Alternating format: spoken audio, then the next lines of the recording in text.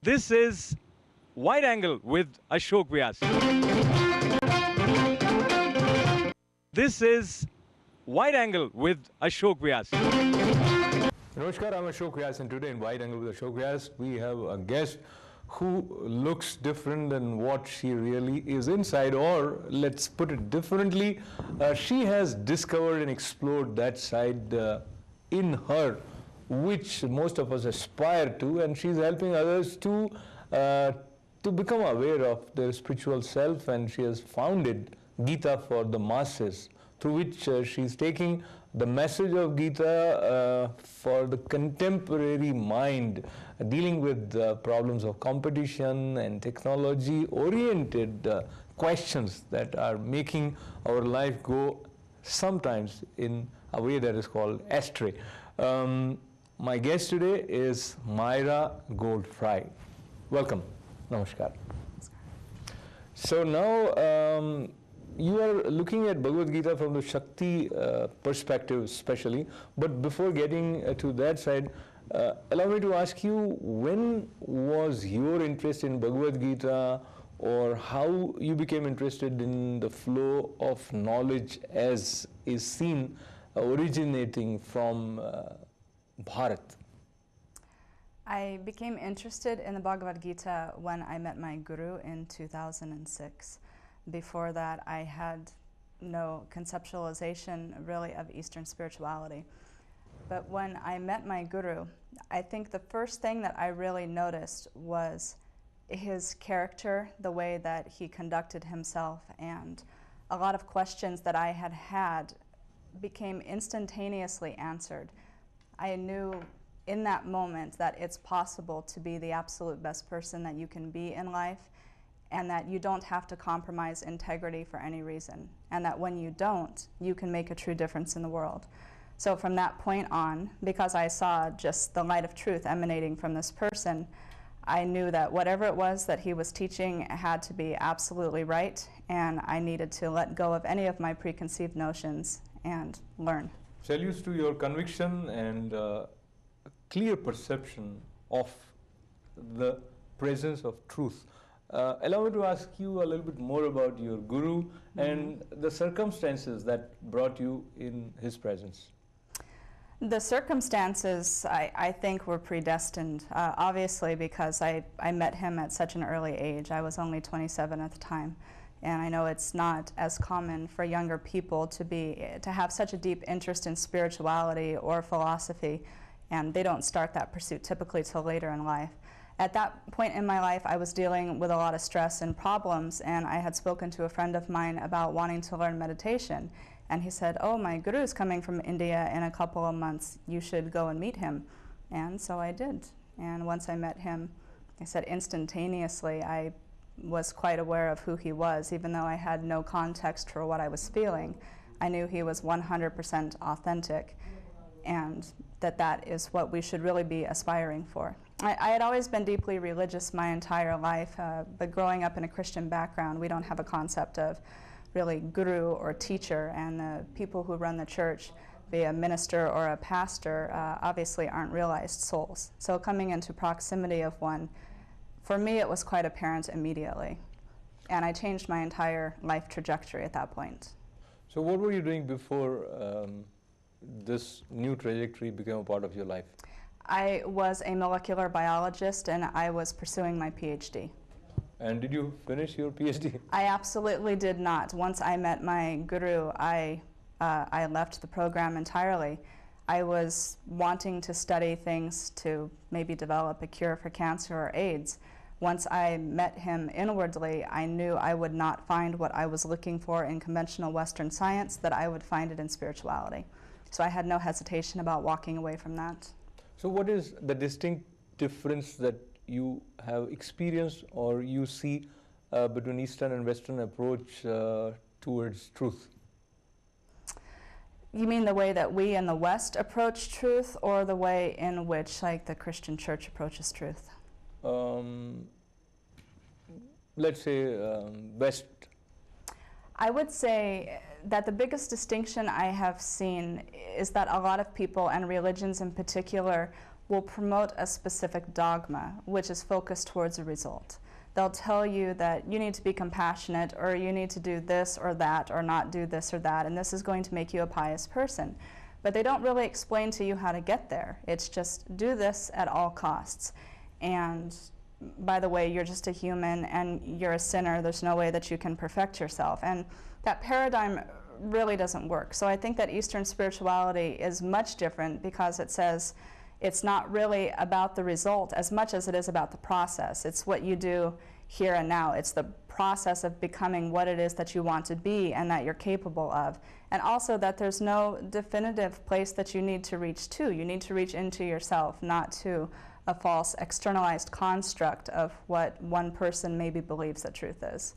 So I think that there's a major difference right there. So the Eastern philosophy and approach is much more approachable to anyone, because you're just looking to become the best person that you can be and find God as he or she or it reveals itself to you.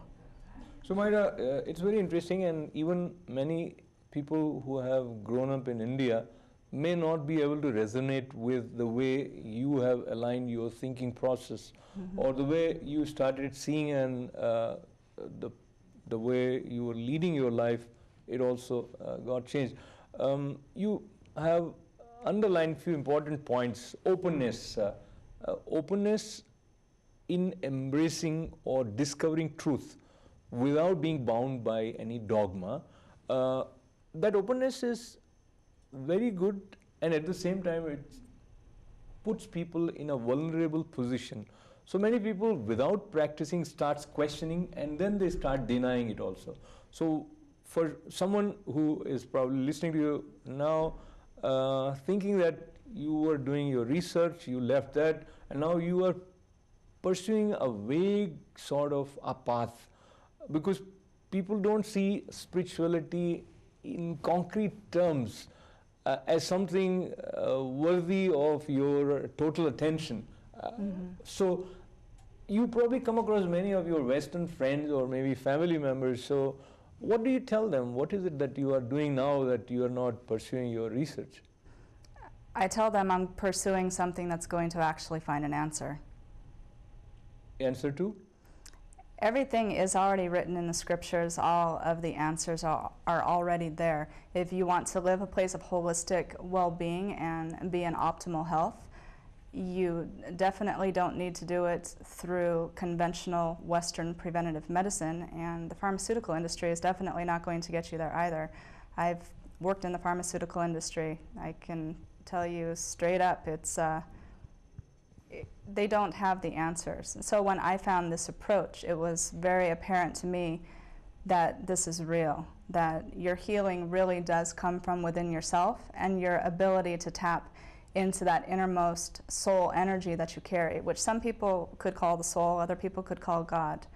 I would say in regards to the path, it's not dogmatic, but that's not to say that there's not a path. There's always a delineated path, which is why it's important to study with a guru, because they can help align you towards your intrinsic path and what's best for your innate swabhava and dharma. So there is always an approach that you follow, but the rules change along the way. And so in a dogmatic context, the rules never change. In spirituality, you follow what you're doing at the moment based on where your psychological and emotional growth is at that moment in time. And that's going to change the closer that you reach towards yourself. The more that the kundalini ascends in the body, the rules change dramatically along the way.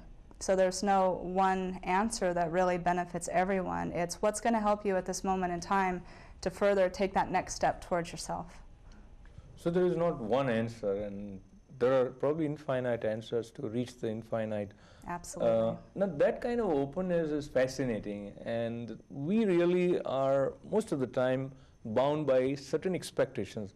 We want certain type of results, and if we don't reach to that sort of effect could be even in terms of the kind of experience, or using a commonly used expression, what kind of kick you get out of it. So many people go for meditation also to experience some sort of a kick.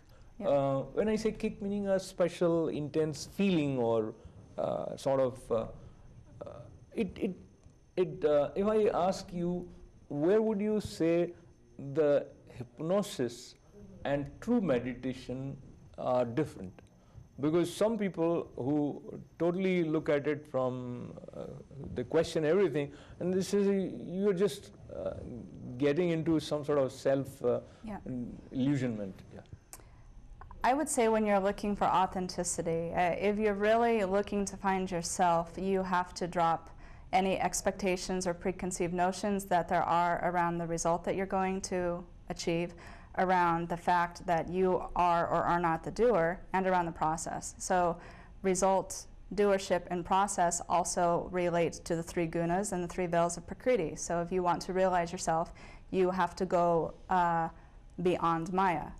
So you can't be attached to any of the gunas or those things that they represent. So tamas, rajas, and sattva, if you're attached to process, doership, or result, you're still bound by those three things. So as long as you are thinking in a way of, oh, I want to get this result, that's not really an authentic way to approach meditation.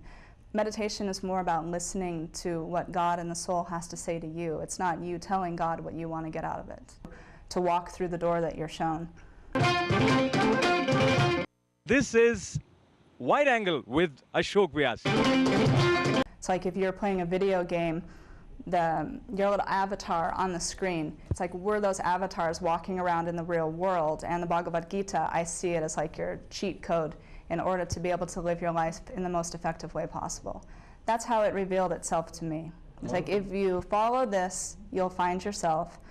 Absolutely. If you follow this with sincerity, there's no way you can't find yourself.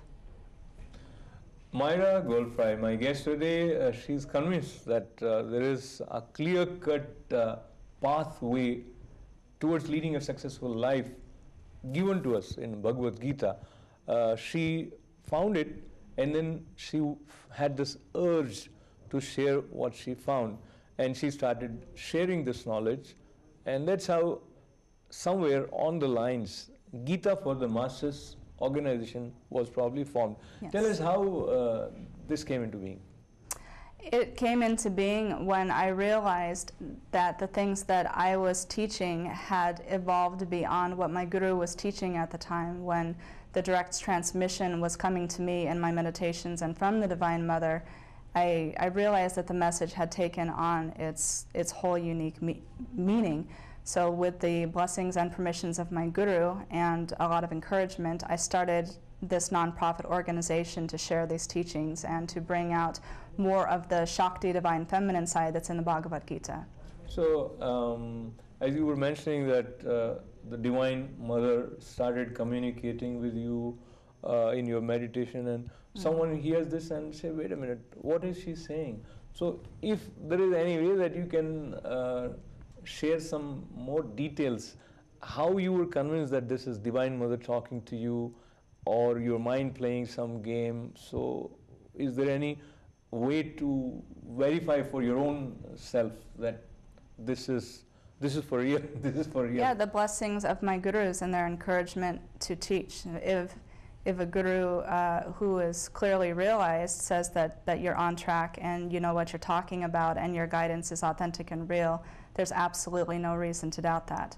Despite the fact that they did, I doubted it for quite a long time, and I didn't put myself out there as much as I should the past 3 years, because it's taken that amount of time for me to fully get beyond my own doubt, despite the fact that my teachers, my guru have said, you're more than competent, you're more than ready, you're clear, this transmission comes to you directly. It was a matter of just getting out the last of those samskaras that were saying, no, you shouldn't be doing this, who are you to be doing this? So share with us the perspective from the Shakti point of view, as is revealed to you in your meditation by Divine Mother about Bhagavad Gita. What is the distinct new perspective that comes to you? I don't think it's actually a new perspective. It's something that has long been understood in Tantric Shaivism, but that's not really openly accessible, especially here in the West. But it was new to me in this lifetime, getting a transmission in that way. So Bhagavad Gita means Song of God, but it's typically been translated very much just from a masculine perspective or from a transcendentalist perspective, which doesn't include that whole Shiva Shakti, masculine and feminine counterpart. So as I was sitting in meditation one day, I got that very strong urge. It said, you need to write a commentary on the Bhagavad Gita from a Shakti perspective. And I almost just laughed. I'm like, what could I possibly find in here that hasn't been said 100 times over in the hundreds of commentaries that are out there? But I started to do it anyway, and I was really, really surprised at what I found and what was being shown to me as I was going through this process. And so just as each of the chapters in the Bhagavad Gita is walking you through a different aspect of psychology and yoga, each of those chapters and energies also correlate with an aspect of the divine feminine Shakti. So as you start with the Bhagavad Gita, the foundation really being in chapter 2, with Buddhi Yoga, and that's dealing with the intellect. The Shakti of the intellect is Siddha Kali. So it's basically the inner discernment that Gita is teaching you, is showing you how to use this energy to go in and dissolve all of these vikalpas and samskaras that we have stored in the mind. We're really good about digesting food and other things physically, but I think the biggest problem we face in the West is that people haven't really learned how to digest what they put into their minds. So as opposed to the mind being this very clear projector to project the reality that you want to live, it becomes more like a garbage bin that just stores all of these emotions and things that we've learned in our life. So through this process of inner discernment and meditation and the spiritual pursuit, you can tap into that specific Shakti energy, and it shows you how to start dissolving these things so that you can get back down to that zero shunya state where you really do receive clear guidance. Myra, in our informal conversation, you were mentioning that you approached it not from intellectual point of view, but what you say, it sounds very profound intellectual expression. So there is some way in which the spiritual realization or your inner dialogue with yourself, when it is expressed, it takes the form which would appeal to an intellectual mind also. Going further from this, when you started sharing, how has been the response of people, and who have been your potential audience, so to say? I've gotten responses that run the gamut. I've gotten extremely positive responses from people and extremely negative responses from people. I've gotten phone calls and emails from people all around the world, both in support and utter condemnation of what I'm doing. So, how that works for you, though in Bhagavad Gita, in 12th chapter, Lord Krishna says, Samashatraucha mitraicha mitrocha tatha manapamanayo, meaning whether somebody praises or somebody is condemning you, you maintain evenness of mind. Now, how that is possible for anyone? Because most of the time we get swayed by, if people are speaking good about us, we feel good, and if they are in disagreement, it disturbs us most of the time. Absolutely. So what is your solution that you offer to people who confront these kind of situations?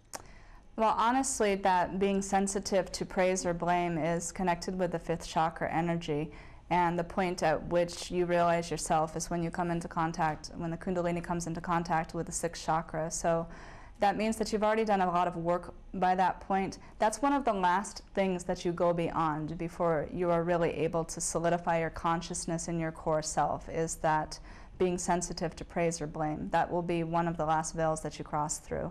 So to do it authentically is to really understand who you are, what your dharma is, and always, always, always have a strong sankalpa that is taking you in the direction of living your dharma. Because as long as that's your focus and you really have confidence and believe in yourself and what you're doing, what other people say or do shouldn't matter to you. And their praise or blame can be a good thing. I mean, it may not seem that way, but if someone is going to be blaming you, they're taking away a little bit of your karma every time they do. And if someone is praising you, then they're adding fuel to your fire to help you reach your goal. So you can look at it in the way of, hey, I'm getting a lot of criticism. Wow, this is wonderful. Because it helps to bring humility, and it means if they're talking bad about you, they draw their negative energy towards them. So that is a positive way of looking at something that apparently might. It's not positive seem for negative. them, but yes. It might seem negative, but Yeah. there's a positive drift on it. Yeah. And on the card that I have from Myra, it says Shri Shri Shri Jaya Jaya Myra Parmeshwari Devi. And I chose not to write this name, and I thought let's introduce her with the original or the earlier name Myra Godfrey.